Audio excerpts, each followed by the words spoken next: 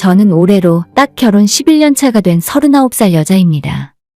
저희는 지방에서 살고 있고 남편은 대기업 협력업체 생산직에서 근무를 하고 있는데 일이 조금 많고 힘들긴 하지만 연봉은 7천, 8천 정도 받고 있어요. 그리고 저는 얼마 전까지는 집에서 아이 보며 전업주부로 지냈었습니다. 결혼 전과 신혼 때까지는 회사를 계속 다니고 있었는데 아이 낳고 나니 저희 집안 상황 때문에 대신 봐줄 사람도 없었고 어쩔 수 없이 제가 회사를 그만두고 전적으로 육아와 집안일에 전념하며 살았었거든요. 그나마 아이 초등학교 보내놓고 혼자 학원 갔다가 집에 올 수 있는 나이가 되었다고 판단했기 때문에 작년 초부터 작은 사무실에 출근해서 일을 하는 중이에요. 연봉이 높지는 않지만 2,500만 원 정도를 더 벌고 있는데 남편 수입과 제 수입을 합하면 그런대로 먹고 사는데 큰 문제는 없는 편입니다. 집 문제에 대해서는 저희 사는 곳이 지방이라서 집값이 비교적 저렴한 편이기도 하고 남편 다니는 회사가 은행에서 대출이 잘 나오기 때문에 별 무리 없이 결혼할 때 집을 살 수 있었고 4년 전에 45평으로 이사와서 그럭저럭 쾌적하게 지내고 있어요. 갚아야 할 대출이 아직 남긴 했지만 저희 수입으로 큰 부담이 되는 상황도 아니고 4년 사이에 집값도 좀 올랐기 때문에 남편과 저는 만족하고 있습니다. 여기까지만 보면 제가 시집 정말 잘 왔고 아무 걱정 없이 팔자 좋게 살았구나라고 생각하실 것 같은데 다들 그렇듯 걱정거리 하나쯤은 머리에 이고 살아가는 평범한 사람이에요. 수많은 크고 작은 걱정거리들이 있는데 그중에서 가장 제 머리를 아프게 하는 문제는 바로 저희 시부모님입니다. 다른 부부들도 마찬가지겠지만 남편과 제 사이에는 심각한 문제는 별로 없어요. 가끔 별일 아닌 일로 서로 자존심 세우며 싸우고 며칠씩 삐져서 말을 안 한 적도 있지만 그래도 또다시 며칠 지나면 언제 그랬냐는 듯이 껌딱지처럼 붙어 다니는 게 남편과 제 사이입니다. 남편과 제가 동갑도 아니고 나이 차이가 6살이나 나지만 서로 대화를 하다 보면 통하는 것도 많고 때로는 친구처럼 아직 애인처럼 아들 없이 걸어 다닐 때는 부부가 손을 꼭 잡고 다닐 정도로 사이가 아주 좋아요. 저희 친정부모님은 다른 지역에서 살고 계시고 여름 휴가나 명절 때나 한 번씩 찾아가서 얼굴을 볼 정도기 때문에 친정 때문에 스트레스 받을 일은 거의 없습니다. 반면에 시부모님은 이 지역 토박이시고 실제로 저희 집에서 차로 15분만 가면 시댁일 정도로 정말 가까운 거리에서 살고 계세요. 이렇게 가깝게 지내는 시댁과 하나부터 10까지 너무 안 맞으니까 매번 얼굴 볼 때마다 너무나도 큰 스트레스고 솔직히 남편 직장만 아니라면 온 식구가 시부모를 피해서 지구 반대편으로 이사가고 싶은 심정입니다. 그래도 아무리 미운 시댁이라지만 가까이 살면 서로 돕기도 하고 가족끼리 의지도 하면서 살 수 있으니 좋게 생각하라는 분도 계셨는데 정말 저희 시부모님들은 득되는 건 하나도 없고 옆에서 스트레스만 엄청 받게 만드는 골칫덩어리라고 생각해요. 남들은 며느리 내보내서 일 시키려고 시어머니가 손주까지 봐주신다고 하는데 저희 시어머니는 제가 임신했다고 말씀드렸을 때도 축하한다는 말보다도 먼저 나는 애 싫어하니까 나한테 맡겨놓을 생각은 하지도 마라. 라면서 딱 잘라서 싫다고 거절하시던 분이에요. 애초에 별로 맡기고 싶은 생각도 없었지만 어머님이 먼저 저런 식으로 말씀을 하시니 어떻게든 우리 애는 내가 알아서 해야겠다고 마음을 먹게 되었어요. 어머님이 나가서 일을 하시는 것도 아니고 평생 전업주부로 사셨지만 세상에서 우리 어머님처럼 팔자 좋은 전업주부도 찾아보기 힘들 거라고 저는 생각합니다. 원체 요리도 못해서 집에서 밥도 잘 안 하려 하시고 가족들 모이면 식사는 무조건 외식을 할 정도로 할 생각조차 없는 분이세요. 시댁에는 남편 밑으로 지금은 장가간 시동생이 하나 있었는데 남편 말에 따르면 초등학교 들어갔을 때부터 집안일을 분담해서 동생과 함께 나눠서 했다 하더라고요. 청소하고 빨래 돌리고 마트에 가서 장 봐오는 것까지 저희 시어머니는 전부 아들 둘에게 순번을 정해서 미루셨고 어머님이 원하는 만큼의 일을 해내지 못하면 어린 나이임에도 집에서 크게 혼이 났다고 했습니다.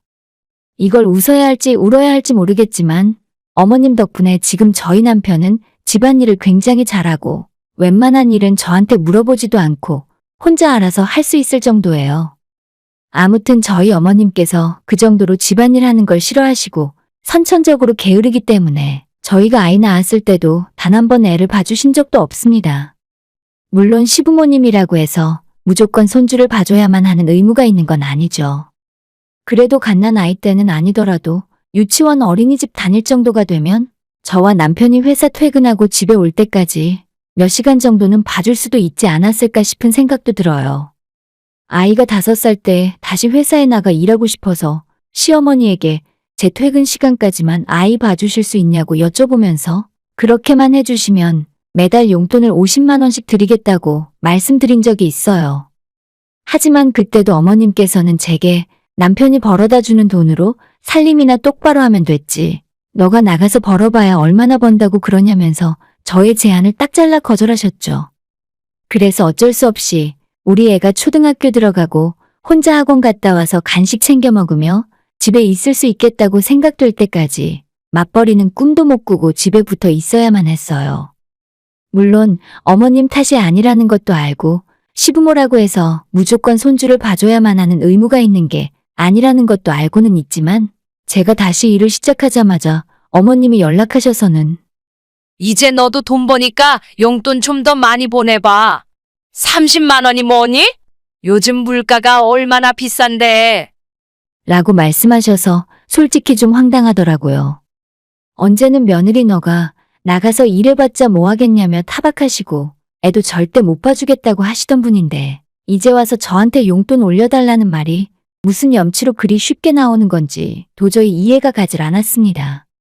저희 여태까지 경제적으로 시댁에 도움받은 건 쥐뿔도 없어요. 시아버님도 저희 남편과 비슷한 조건을 가진 대기업 협력업체의 생산직으로 근무를 하셨고 옛날부터 벌어오시는 돈이 적은 편도 아니었다고 해요. 하지만 저희 시댁은 지금까지도 별 다른 재산은 없고 시부모님 살고 계시는 25평 아파트 하나, 그것도 6년 전에 대출 풀로 받아서 시부모님 돌아가실 때까지 갚아야 할지도 모르는 그런 집 한 채가 재산의 전부입니다. 얘기를 들어보면 아버님께서는 월급 봉투를 살림하는 어머님에게 맡기셨고 전적으로 집안의 돈 관리는 시어머니께서 알아서 하셨다고 해요. 아까도 이야기했지만 아버님이 벌어오는 돈은 결코 적은 돈이 아니었는데 지금까지 제대로 된 적금 하나 들지 못하고 그 오랜 시간 벌어다 준 돈을 흐지부지 다 써버리신 거죠. 시어머니 말씀으로는 옛날에 갯돈을 2번 사기 당해서 떼어먹힌 것 때문에 돈을 못 모으셨다는 핑계를 대시는데 그거 다 해봤자 1,000만 원 조금 넘는 수준이에요. 갯돈과 더불어서 매일 엄살처럼 말씀하시는 소리가 애들 아빠가 쥐꼬리만큼 벌어오는 월급으로 아들 둘 키우면서 사는 게 어디 쉬운 일인 줄 아냐는 소리를 하시죠. 하지만 저희 친정부모님이나 주변의 다른 사람들을 봐도 전부 아버님보다 돈을 더 못 버는 상황에서도 아이들 키우고 재산 모으고 노후 준비까지 다 했어요. 몇 년 전에 아버님 은퇴하시기 직전에는 세금 떼고 매달 통장에 꽂히는 월급이 600만 원, 700만 원 정도였다고 저는 알고 있거든요. 그냥 이름 없는 중소기업 근무하신 것도 아니고 남부럽지 않은 큰 회사 다니면서 대기업에 준하는 연봉과 혜택을 받으며 평생 일하셨는데 그 돈이 다 어디로 갔는지 도무지 이해가 가질 않았습니다. 하지만 지난 10년 넘는 시간 동안 시부모님들을 옆에서 지켜본 바로는 그 2사람은 집에 돈이 있는 꼴을 못 견디는 분이셨어요. 생활비와 저축의 개념도 없이 벌면 버는 대로 다 쓰셨고 아버님은 등산, 낚시, 골프 등등 다양한 취미 생활을 즐기셨는데 비용이 얼마가 들던 간에 하고 싶은 일은 꼭 해야 직성이 풀리시는 것 같더라고요. 내가 나가서 힘들게 돈 벌어오는데 이 정도도 못해? 라는 말을 입버릇처럼 내뱉으시고 비싼 골프채나 낚싯대를 카드 할부로 사오시더라도 어머님은 별 말씀 안 하시고 말릴 생각도 없어 보였어요. 어머님이라고 한술 더 뜨면 더 떴지 덜한 사람이 아니기 때문에 비싼 백화점 브랜드 옷에 명품 가방을 몇 개씩이나 갖고 계시는 분들이시죠. 시댁에 가면 좁은 집에 뭘 그렇게 물건을 잔뜩 들여놓으셨는지 갈 때마다 새로운 가전제품이나 가구들이 들어와 있고 장식장에는 아버님 좋아하시는 양주가 꽉꽉 들어차 있고 주방에는 세트로 수백만 원 하는 비싼 접시와 그릇들이 가득했어요. 그래도 예전 같았으면 아직 아버님이 은퇴하시기 전이라 돈을 꽤 많이 벌어오셨기 때문에 두 분이 아무리 낭비를 한다고 해도 그럭저럭 버틸 수 있었는데 지금 은퇴하신 뒤로는 아버님이 나가셔서 공장 야간 경비 일을 하시고 있거든요. 정확하게 얼마 버시는지는 모르겠지만 200만 원 남짓 버는 걸로 알고 있는데 두 사람의 씀씀이는 전혀 줄어들고 있지 않으니 그게 자식된 입장에서 또 걱정입니다. 노후 준비도 전혀 되어 있지 않고 국민연금 말고는 나중에 돈 나올 곳도 없는 분들인데 아직도 메이커 신상 옷만 입으시고 2월 상품 재고 처리 세일 상품 같은 건 후지다면서 쳐다보려고도 안 하세요. 아버님이 몇 년 전 은퇴하실 때 퇴직금을 억대로 받으셨는데 지금까지 가족들 먹여 살리느라 여태 좋은 차 한번 못 타본 게 억울하시다면서 현금 8천만 원 넘게 주고 제네시스 커다란 차를 구입하셨었죠. 그 말도 좀 어폐가 있는 게 저희 남편이나 시동생이나 고등학교 다닐 때도 주말에 알바해서 용돈 직접 벌어서 썼다 하고 대학은 장학금 받거나 학자금 대출 받고 과외 아르바이트로 생활비도 직접 다 벌어서 졸업하고 취업까지 했다고 하더라고요. 그런 상황에서 무슨 아들 둘 키우느라 돈을 다 써버렸다고 하시는지 이해도 안 가고 아버님은 그전에도 억대 외제차를 안 사셨다는 것뿐이지 3년 5년마다 한 번씩 새 차가 나올 때마다 차를 바꾸셨다고 알고 있습니다. 본인은 중고로 팔고 새 차 사면서 얼마 손해 안 봤다고 말씀하시지만 매번 들어가는 취등록세만 해도 무시 못할 정도고 은퇴하고 노후 준비 전혀 안 되어 있는 상황에서 퇴직금으로 8천만 원이 넘는 고급차를 현금으로 구입하신 건 진짜 이해가 안 가는 상황이죠. 정말 다행히도 아들 둘이 부모한테 손 안 벌리고 자기 앞가림 할 수 있을 정도로는 살고 있고 자식들이 착해서 어머님에게 30만 원씩 용돈을 보내드리고 있어요. 아버님 야간 경비 일해서 버는 월급이랑 저희가 보내드리는 용돈 그리고 뭐 이런저런 수당 나오는 걸로 사시는 것 같은데 솔직히 이쯤 되면 상황 파악하시고 씀씀이를 줄여서 아껴 살아야 할 거 아닙니까? 제가 시댁에 종종 갈 때마다 깜짝깜짝 놀라요. 멀쩡한 냉장고도 작년에 새로 바꾸시고 이미 약정도 다 끝나서 필터 관리만 하고 쓰면 되는 정수기를 어머님이 좋아하는 가수가 광고에 나왔다는 이유 하나만으로 얼음도 나오고 뭐 이런저런 기능 딸린 비싼 정수기로 교체하시더라고요. 화장품도 기초 세트가 수십만 원 하는 비싼 수입 화장품만 고집하시고 아버님은 은퇴하시고 같이 골프 칠 사람이 줄어들었다면서 건강을 위해 다시 등산을 하신답니다. 그러면서 등산복도 요즘 유행에 맞춰 수십만 원 주고 새로 구입하시질 않나. 진짜 두 분 모습 보고 있는데 어처구니가 없어서 입이 다물어지지 않았어요. 제가 아이 낳은 뒤로 마지막 백화점 쇼핑을 언제 했는지 기억도 나지 않습니다. 그마저도 아이 옷이나 아이 신발 사러 가는 거지. 저나 남편은 인터넷에서 10,000원, 20,000원 하는 티셔츠 사서 입고 살아요. 얼마 전 휴일날에 아이 데리고 셋이 아울렛에 가서 몇 년 만에 겨울 패딩이나 하나씩 장만하려고 갔었는데 고민하고 또 고민하고 몇 시간을 빙빙 돌다가 결국 남편이랑 제 거는 못 사고 아이 것만 하나 사서 돌아왔던 기억이 나네요. 자식들은 이렇게 아끼고 사는데 시부모님들은 언제쯤이나 철이 들려고 저러시는지 설마 자식들한테 나중에 기대시려고 저러나 하는 불안감까지 들게 만들더라고요. 아니나 다를까 이번 추석 때 다 같이 모였을 때도 어머님이 하시는 말씀이 내년부터는 아버님이 일을 그만두실 것 같은데 앞으론 자식들이 생활비 대주는 걸로 먹고 살아야겠다는 소리를 하셨어요. 밥 먹다가 그 소리를 들으니 저는 목구멍에 밥알이 콱 막히는 듯한 기분이 들었고 옆에 있던 남편도 짜증을 내면서 아빠 차부터 좀 팔고 그런 소리를 해. 대체 경비업체 일하러 가면서 제네시스 타고 가는 사람이 세상에 어디 있어? 남들이 손가락질 안 해. 라고 하는 바람에 밥 먹던 분위기가 싸해진 적이 있어요. 시댁에서 돈 이야기가 나올 때마다 남편은 저한테 미안하니까 특히 더 예민해지고 아버님 어머님에게 쌀쌀맞게 얘기하는 것 같아요. 하지만 저도 어렴풋이 시부모 두 분이 답도 없는 상황이라서 몇 년 뒤에는 어느 정도 생활비 보조를 해드려야 한다는 부담과 걱정이 있는 것도 사실이었습니다. 그런데 이번에 아버님께서 치과 치료를 받아야 한다며 총 견적이 800만 원이 나왔다고 하는 겁니다. 그 이야기만 들어도 골치가 지끈거렸는데 나중에 시어머니가 제게 전화를 하시더니 이런 건 우리가 먼저 얘기하기 전에 자식들이 알아서 해줘야 하는 거야. 라면서 장남인 저희가 500만 원, 시동생에겐 300만 원씩 내라 하시더라고요. 나이가 치과 치료 받으실 나이긴 한데 돈 잘 버는 직장 다니실 때는 뭐 하다가 이제 와서 자식들 보고 치료비 내놓으라 하시는지 너무 짜증나는 상황이었죠. 더 승질 나는 건 집에서 가만히 있다가 문제 생긴 것도 아니고 아버님 친구분들이랑 골프 치시고 저녁에 소갈비 뜯고 집에 와서 이가 아프다며 치과에 가신 거래요. 이제 연세도 있으신데 알아서 조심을 하시던지. 솔직히 자식들에게 비싼 돈 달라 해서 임플란트 여러 개 할 바에는 형편되는 대로 틀니를 하시던지 그럴 것 같거든요. 저희한테 돈 맡겨놓은 것처럼 당당하게 500만 원 달라고 하시니 속이 뒤집어지는 것 같더라고요. 아들한테 직접 달라고 하면 저희 남편 성격에 돈은커녕 한 소리 들을 것 같아서 차마 말 못하고 만만한 게 며느리라고 저한테 전화해서 돈 달라고 하시는 게 뻔히 보이는 수작이었죠. 하지만 어머님의 전화를 받을 때 남편이 바로 옆에 있었고 시어머니한테 전화 온 걸 눈치챈 남편이 스피커폰으로 전화 받으라고 하는 바람에 저희 두 사람 모두 그 이야기 다 듣고 있었어요. 500만 원 이야기 하자마자 남편이 제 전화기를 낚아채서 뺏어들더니 지금까지 자기한테 해준 게 뭐가 있냐면서. 나 중학교 때 이빨 아프다고 했을 때 그때 치과 치료비 많이 나오니까 어른 되고 돈 벌면 너가 알아서 고치라고 했잖아. 제때 치료 못 받은 것 때문에 군대에서 월급 모은 걸로 결국 23살에 내 돈으로 임플란트 했어.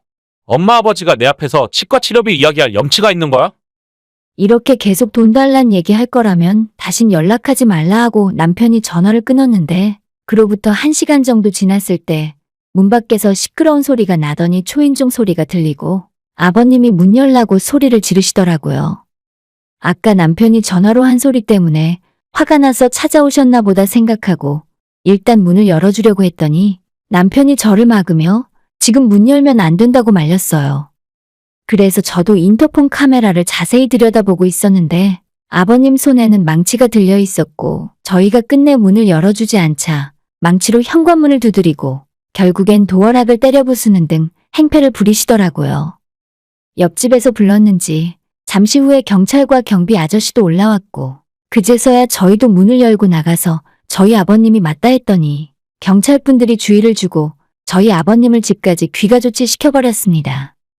나중에 상황이 좀 수습되고 남편에게 들었는데 옛날부터 아버님께서 술 많이 드시고 부부싸움을 크게 한 날에는 집안에 물건을 부수거나 망치로 문이나 벽을 쳐서 부수는 일이 몇 번 있었다 하더라고요. 그날도 술에 취해 계셨고 그 와중에 임플란트 비용 못 드리겠다는 말까지 전해 들어서 이성을 잃은 채 망치를 들고 저희 집까지 찾아오셨나 봐요. 집에 저희 아이도 있었는데 그때 제가 아무것도 모르고 문을 열어드렸다면 어떻게 됐을까 섬찟한 기분도 들더라고요. 다음날 아버님이 술이 깨셨는지 저한테 미안하다고 전화하시면서 제 남편이 전화를 안 받는데 화가 많이 났냐고 물으셨어요. 남편은 이런 자기 부모를 뒷수습하는 것도 지긋지긋하다며 앞으로는 용돈 30만 원 드리던 것도 안 주고 싶다 하더라고요. 저희 친정부모님은 그래도 노후 준비도 잘 해놓으셨고 저희가 시댁이랑 똑같이 30만 원 용돈 드리면 그 이상으로 반찬이며 영양제 같은 것들을 사서 보내주시는 분들이에요. 남편도 자기 집보다 처갓집 가 있을 때 마음이 더 편하다 할 정도인데 대체 시댁은 왜 저 모양인지 모르겠어요. 지난달 월급 받고 진짜로 저희 남편은 시부모님에게 용돈을 안 보냈고 정말 먹고 살기 힘든 경우가 아니면 금전적인 도움을 안 주겠답니다. 시부모님들이 저희보다 2배도 넘게 비싼 차를 타고 다니시는데 솔직히 힘들게 일해서 벌고 안 먹고 안 입고 아낀 돈으로 시부모님 생활비를 보조해드리고 싶지 않거든요. 돈 없다 돈 없다 말로만 그러시지 말고 진짜 아끼고 절약하는 모습을 이젠 보고 싶어요. 가족으로서 어려울 때 돕는 건 당연한 일이라지만 시부모님 사치 부리는 비용까지 보태드릴 의무는 없으니까요. 아버님이 망치로 때려서 부서져 버린 저희 집 도어락도 남편이 사람 부르면 비싸다며 인터넷으로 주문해서 유튜브 보며 직접 교체했어요. 그거 교체하면서 남편이 얼마나 한숨을 쉬고 있던지 진짜 옆에서 보는 제가 마음이 더 안 좋아질 정도였습니다. 앞으로도 돈 안 준다고 계속 찾아와서 행패 부리면 어쩌나 싶긴 한데 진짜 자꾸 이러면 시댁 몰래 이사라도 가야 할까 봐요. 엊그제 어머님이 저한테 전화하셔서 아들한테 용돈 못 받았다며 너라도 좀 보내달라 하시길래 저는 잘 모르겠으니 용돈 문제는 저희 남편에게 직접 말씀해 보시라 하고 말았습니다. 아들 며느리한테 미안한 생각을 하고 있긴 한 건지 모르겠어요. 본인 부모지만 남편도 입원한 시부모님에게 정이 뚝 떨어져 버린 것 같은 모습이고, 이러다가 조만간 크게 한번 싸우고 인연 끊게 될 것 같습니다. 가족끼리 조금 비정하긴 해도 요즘 들어서는 차라리 그게 낫겠다 싶어요. 자식들이랑 연 끊기고 뒤늦게 후회하셔봤자 아무 소용 없다는 걸 아셨으면 좋겠네요. 오늘의 사연은 여기까지입니다. 구독과 좋아요, 알림 설정 부탁드려요. 다들 행복하시고 좋은 하루 되세요.